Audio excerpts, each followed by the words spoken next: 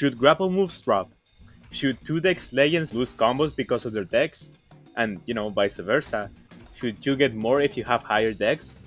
But most importantly, should we just adapt and get over it?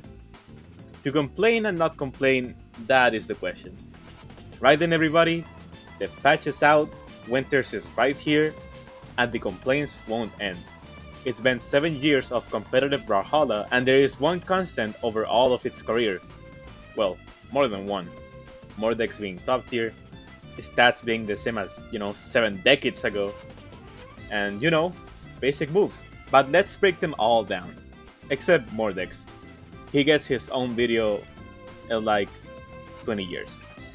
Stats. The set of characteristics that will define the type of character that you're playing.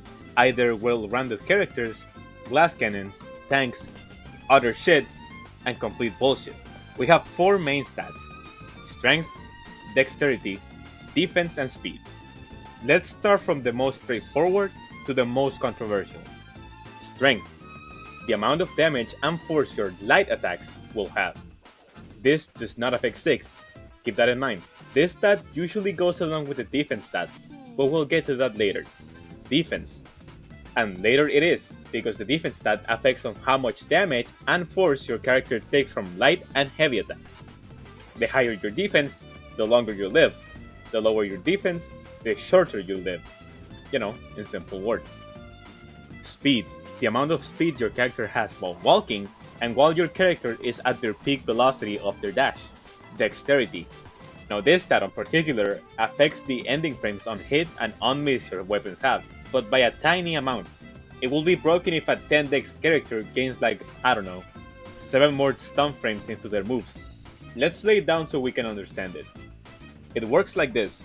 Low dex characters have a considerable amount of extra ending lag, technically, on their moves.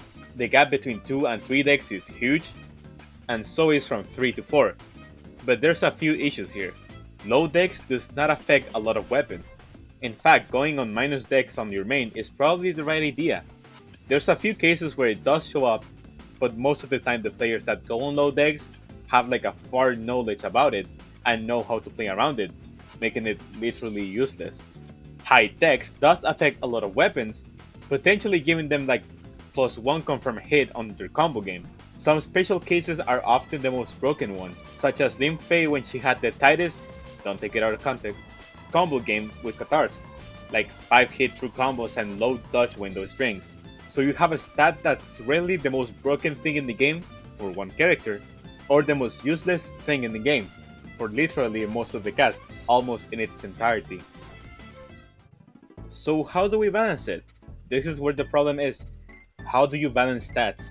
You can play a low defense at a higher level. You can try to squeeze your way with low strength, depending on your character. But how do you change characters like Queen Nai? Queen Nai is our perfect example here. In the recent patches, Queen Nai has gotten another problem to care about. Sidelight D-Light, Sidelight Neutral Light is not true at 4 decks. The bare minimum that Qatar mains go for is 5 decks.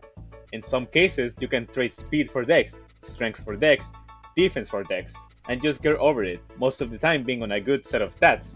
And that leaves almost every Qatar legend having a decent speed and decent decks. But Queen Nai can't have both. If she goes decks, she's on the lowest number for a stat on this game, 2 speed. If you go speed, she loses 1 tick of defense but stays on 4 decks.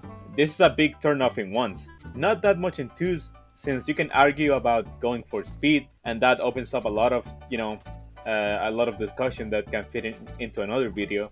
So how do we fix it?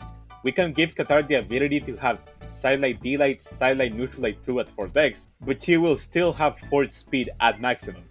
And also that would mean that higher decks Qatars will have, most likely, more options, probably leading into 6 confirmed strengths. How do we solve this? How do you change the core base of the game while keeping everything untouched? Do you just change Queen Nai's stats and call it a day? Do you address the problems from its core and change, the way stats work? It is a big dilemma that isn't really talked that much. And that correlates to the second half of this video, or the second quarter, that is. The same question, or rather, format of question can be applied to basic move and grapples, or grabs. Basic moves are just swing and hit, nothing too crazy. But what about grapples? Should a grapple move drop? And if it should, then what should happen once it drops? In most fighting games, grabs are not meant to be broken in any way, except if the opponent does another grab at the same time and it causes a clash or an special animation that indicates that both grabs fail to hit. This can also be overlooked in twos. If you get hit while you're grabbing someone, it stops your grab, but the stun remains, in Brawlhalla's case that is. So here's the deal. Should grab moves drop in 1v1? Or should they still have that invincible property that allows them to continue no matter what? If your answer is they should, then should the drop situation still have the same amount of stun the normal grab has? Or should it be reduced? And should you be able to carry your momentum if the grab moves your position? Or should the player that's being grabbed just stay still until they touch the stage? What happens if they get grabbed mid-air and it gets interrupted? Should they fall to their demise, or should they immediately get out of stun? Let's have an example here. We all know this move, we've all seen this jank before. Something about gods and the property they have, I don't know.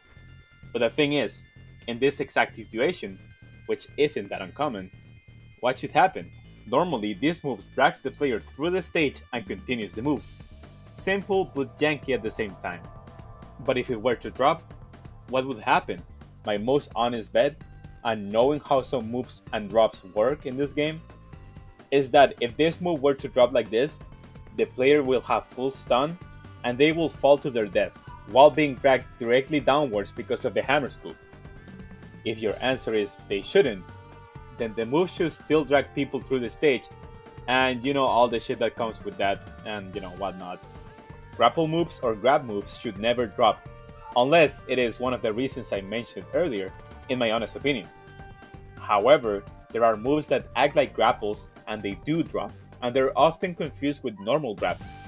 These moves are called positioning moves, or positioning hitboxes. Go back and watch my video on that one. And these moves' sole purpose is to position their opponent, the person that's being hit, to a certain location where the full move will land successfully. For example, Core Ensigon Hammer. That big ass boulder he throws in the air is not actually a grab. It mainly leaves the player mid-air for them to be hit with the following hitbox. And this move drops if your momentum is too big and you slide too much. Just like this. There are plenty of moves like this. Those moves are often the ones that drop the most. But how do we fix them? Or rather, how do we fix all the after mentioned video? Honestly, that's up to you. And up to the balancing team. And up to all the pro players, you know. A general consensus is what determines the fate of these issues. While there are some solutions, some of them are not praised by most of the player base. It's always going to be polarized. I hope this video helped you see things in a different way. And if you have any suggestions, any jank that I missed on this topic, or feedback, let me know in the comments. And as always, thank you for watching.